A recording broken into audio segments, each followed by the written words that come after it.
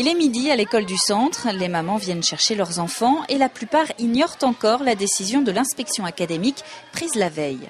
C'est une rentrée avec une légère baisse d'effectifs sur l'école, puisque d'un effectif un peu supérieur à 190, cette rentrée s'effectue avec un effectif de 187 élèves en élémentaire, ce qui nous vaut la perte d'une division, d'une classe. C'est toujours le même problème. Après, ils ont des classes surchargées, les enfants. C'est pas, au niveau du travail, ça doit quand même pas être très intéressant, même pour les professeurs, je suppose.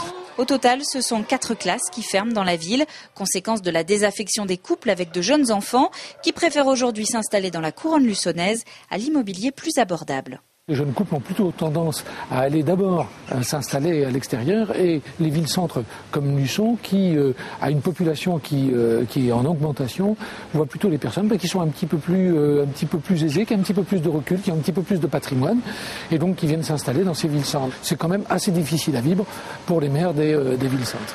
À quelques kilomètres de là, toujours dans la communauté de communes de Luçon, le constat s'inverse.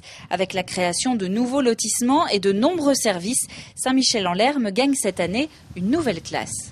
Les jeunes, ils viennent, hop, on répertorie pour 35 maisons. Il y avait à peu près une trentaine d'enfants sur ce lotissement. La cantine, à notre école publique, on a été obligé de cette année, pour la première fois, de dire voilà, on fait 2 services. 2 services, on n'avait pas l'habitude.